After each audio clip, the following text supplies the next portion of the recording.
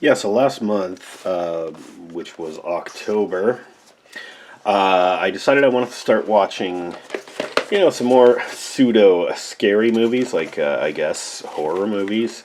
But I kind of strayed from the path a little bit. I was going to do a Halloween special or something, but I didn't get any kind of a video together in time. So I ended up watching some interesting movies. Without further ado, let's talk about the first one. Critters. Okay, spoiler alert, there's critters in it. Yeah, it's actually a pretty good movie. Well, it's not a good movie. It's a B movie. This is 1986. Now, 2 years previous, we had Gremlins. And Gremlins, dangerous little creatures. They're predominantly like puppets, which is the case here. These critters are from outer space. Now, with the success of Gremlins, which was in a way kind of a family entertainment kind of movie, this goes for that, but it also has some kind of, there's a little bit of gore in it, actually. So there's some deaths in it. This is, I guess, rated PG, probably about the same, PG-13. Classification that was, created because of, Gremlins and Poltergeist and Steven Spielberg movies. This one tries to go for the Steven Spielberg feel. Has a good cast of characters, a family, rural property. They find on their property that a meteorite has crashed, which is not a meteorite, it is a spaceship. It has crashed and is carrying critters, aliens. There's bounty hunters that are pursuing the critters because they are dangerous space criminal critters or something. Anyway, bounty hunters are sent after them, and the bounty hunters in this are actually, I find them quite entertaining. Like the one guy, they can change their shape and their appearance and stuff. And the one guy watches like a rock video and turns himself into the lead singer. And he stays like that for the whole movie. But then the other guy just copies all different people throughout the movie, like about 3 or 4 different people. And I find it actually quite amusing. Their exploits as they're chasing the critters, they do some really dumb stuff. Like they have to figure out how to drive a car, and they end up driving it backwards for a good bit. And they don't really know how to stop, and they crash into stuff. And it's kind of comic relief, but at the same time, they're supposed to be these badasses and everything. And anyway, they're going to come and help the family stop the critters. And sort of the Bart Simpson-esque, but he's a good kid, and he does the right thing, and he actually saves his family. Dad gets messed up pretty bad by critters, and the mom goes psycho with a shotgun and kills a bunch of them. The daughter, teenage daughter, also, all 4 of them survive. The family survives, but the teenage daughter, when this is all going on, I mean, she has her boyfriend over for dinner with the family, and then after dinner, the 2 of them sneak out to the barn and they start fooling around and stuff. And her boyfriend, played by Billy Zane, actually, really brief appearance because he gets killed by critters in the barn, but the family survives and they're all good. But I guess Billy Zane, who cares, right? They're like furry puppets, and they're mostly big mouths and big teeth, and they make funny sounds, and they roll around like hedgehogs and stuff, and they pop up and they chomp on stuff and eat people, and it's quite entertaining. This movie is not meant to be taken too seriously, so please don't. Yeah, Critters. I just saw that on the shelf at the thrift store. And I'm like, dude, I have to see. I've never seen that movie. I have to see it. And it wasn't bad. A couple things that make it really dumb, like the very ending. Spoiler alert. The house gets blown up. But in a little bit of space magic, the bounty hunters, they press some button on their ship, and suddenly they use some magic power or something like that, and the house gets reassembled, and it's perfectly fine. And even though it just was blown to smithereens, like in the previous scene, so that's really dumb. It makes it all. It's like ET magic or something, but it's from bounty hunters. Yeah, okay, that makes it pretty dumb. So I'm gonna give it a B minus, I guess. Another one, it's called The Frighteners. You may have heard of this movie. I think it's quite good, actually. Starring Michael J. Fox. This is post Back to the Future. As a matter of fact, this is like 90s. 95, 96. 96. And so it's quite a few years after Back to the Future. And don't expect to see Marty McFly in this. He's quite different. He's, a little bit darker, edgier, I guess you could say. He's a paranormal exterminator, I think, or a ghost hunter or whatever. Yeah, he's able to talk to ghosts. He's a bit of a drinker. He runs scams on people. He'll instruct his ghost friends to go in and mess up a place, and then he'll suddenly show up and say, "I can take care of that ghost problem for you," and then just like, "Okay, guys, we're done here. Got our money." So the community sees him as kind of a scammer and whatever, and turns out there's a much deeper mystery involved here. This is made by Peter Jackson, actually. Written by Peter Jackson, too, I believe. And it's pretty good. It's, you can tell that there's a talented director in this. The story is, multi-layered and quite interesting. Paranormal, spiritual, semi-comedic, action movie. I guess there's some action in there. I put this on. I really enjoyed it. I'd never seen it before. The Frighteners. I'd actually give The Frighteners a B plus. It's not one of my favorite movies or anything like that. I would watch it again. Then I watched this. Okay, this Kiss meets the Phantom of the Park. Kiss, Kiss, right? The rock band, with the makeup and the leather and the rock and roll and the long hair and anyway, this was the height of the 70s. I think this is 1978. So this would have been just after Star Wars, the height of Kiss's popularity, and they wanted to put them on television. So there's a television movie for you, and they really played into their characters of their stage personas. They gave them all cool names and everything, like the Space Ace and the Catman and the Demon and the Star Child.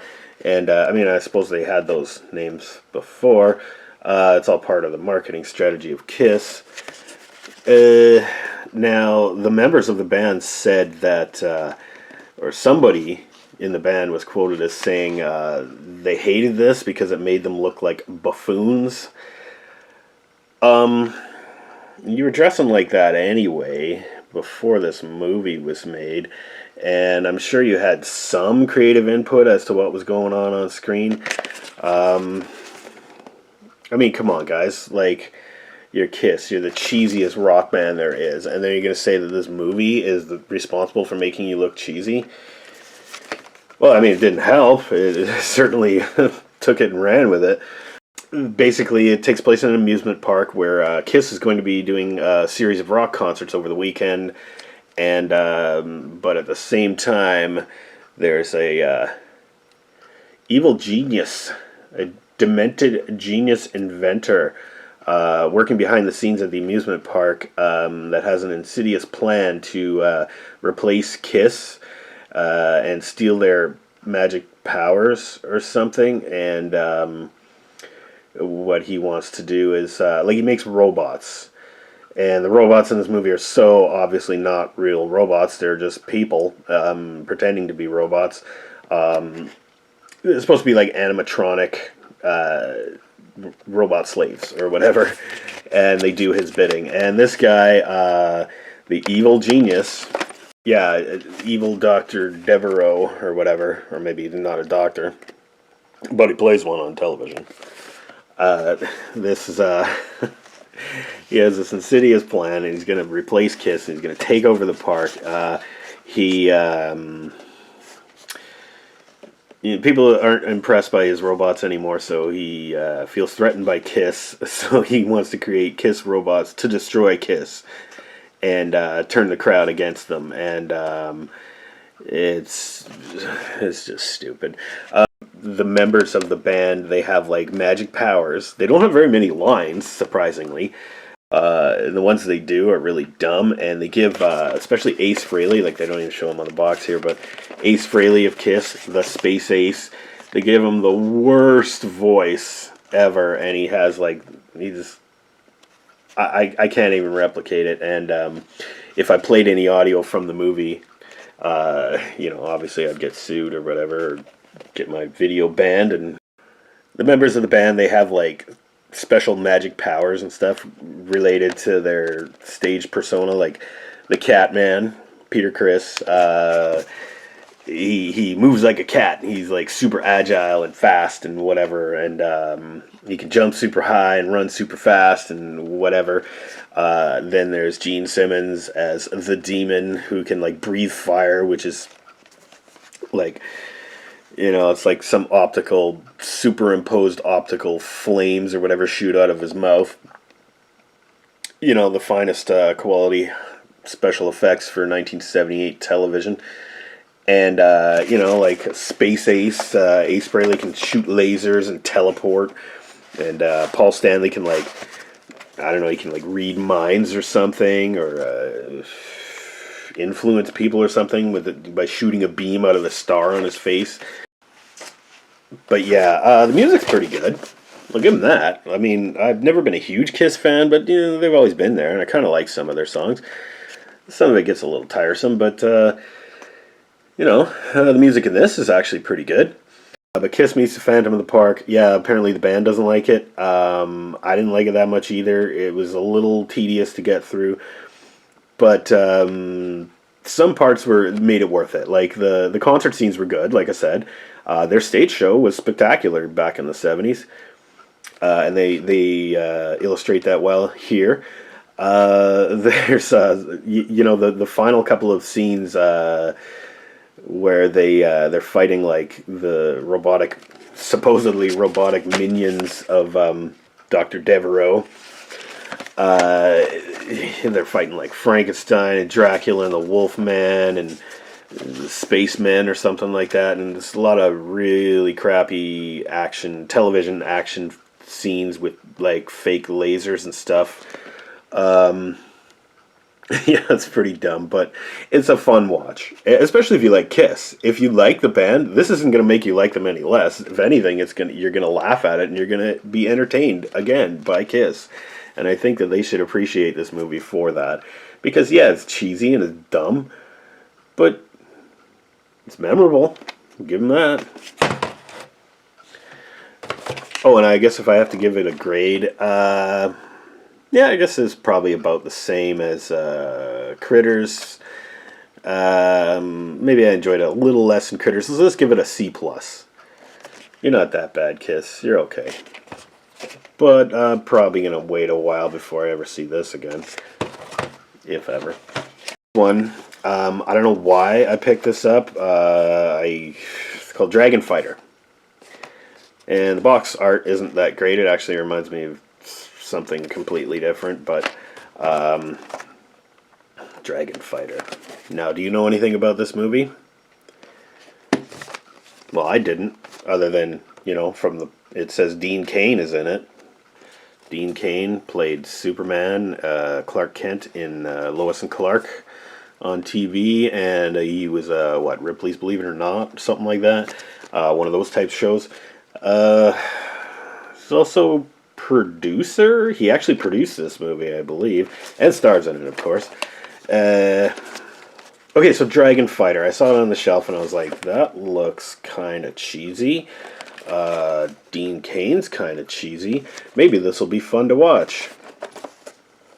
I wouldn't say fun, but there's some stuff in it. It's not a good movie. It's basically had an interesting plot though. In Jurassic Park, how they bring back dinosaurs, extinct animals. That's the thing here, except they find what turns out to be dragon bones and cloning technology and DNA sequencing, I suppose, to bring a dragon to life. And the dragon grows like super fast, like within 2 hours or something like that, in the lab, and then it starts killing people, and they've got to escape from the lab, being chased by this dragon. Dean Cain is like the security guy. He's like a military guy or whatever. And he comes in and basically tells all scientists that they're doing everything wrong and that, hey, we got to survive. And like, basically, Dean Cain treats everybody else in the movie like they're an idiot, except for the female lead, of course. The acting, like, yeah, he's not a bad actor. Cheesy as fuck, but like, I guess it's acted well enough, but the story is dumb and the action sequences aren't really all that exciting.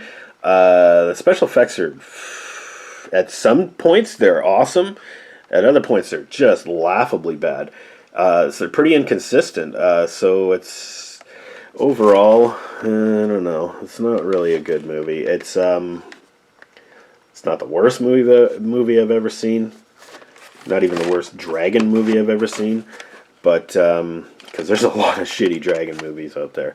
This one has a neat kind of sequence where at the end the dragon chases them out of the lab and they have to escape in a helicopter, and the dragon's attacking the helicopter and goes up against some fighter planes and stuff like that.